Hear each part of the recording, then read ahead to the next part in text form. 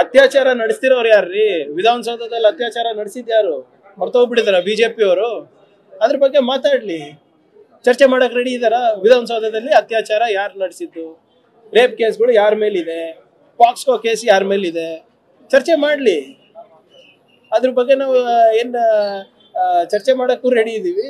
ಅವ್ರದ್ದು ಏನಾದ್ರು ಸಲಹೆ ಇದ್ರೆ ಅದನ್ನು ಪಡಿತೀವಿ. ಅಂತವ್ರಿಗೆ ನೀವೆಲ್ಲ ಪಾರ್ಟಿನಲ್ಲಿ ಇಟ್ಕೊಂಡು ಓಡಾಡ್ತಾ ಇದೀರಲ್ಲ, ಅದ್ರ ಬಗ್ಗೆ ಚರ್ಚೆ ಮಾಡಕ್ ರೆಡಿ ಇದೀರಾ ನೀವು? ಯಾರು ವಿದೇಶದಲ್ಲಿ ಕಪ್ಪಣ ಇಟ್ಟಿದ್ದಾರೆ ಅಂದ್ಬಿಟ್ಟು ನಿಮ್ಮ ರಾಜ್ಯಾಧ್ಯಕ್ಷರ ಮೇಲೆ ಬ್ಲೇಮ್ ಇದೆ ಅಲ್ಲಪ್ಪ, ನಿಮ್ ಪಾರ್ಟಿದವರೇ ಬ್ಲೇಮ್ ಮಾಡ್ತಾ ಇರೋದಲ್ಲ. ಅದ್ರ ಬಗ್ಗೆ ಚರ್ಚೆ ಮಾಡಿ. ಕಾನೂನು ಸುವ್ಯವಸ್ಥೆ ಕಂಟ್ರೋಲ್ ನಲ್ಲಿ ಇದೆ ಅಂತ ಹೇಳಿದ್ದಾರೆ, ಗೃಹ ಸಚಿವರು ಹೇಳಿದ್ದಾರೆ, ಮುಖ್ಯಮಂತ್ರಿಗಳಿದ್ದಾರೆ. ಅದನ್ನ ಗವರ್ನರ್ ಅವರು ಕೂಡ ಪುನರುಚ್ಚರಿಸಿದ್ದಾರೆ. ತಪ್ಪೇನಿದೆ ಅದರಲ್ಲಿ? ಇವ್ರ ಟೈಮ್ ನಲ್ಲಿ ಡಿಜೆ ಹೇಳಿ ಕೆಜಿ ಹೇಳಿ ಗೊತ್ತಲ್ಲ ಎಲ್ಲ ಏನೇನಾಗಿದೆ ಅಂತ.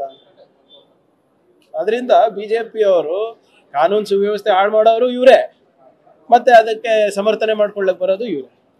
ಅತ್ಯಾಚಾರ ನಡೆಸ್ತಿರೋರು ಯಾರ್ರೀ? ವಿಧಾನಸೌಧದಲ್ಲಿ ಅತ್ಯಾಚಾರ ನಡೆಸಿದ್ಯಾರು?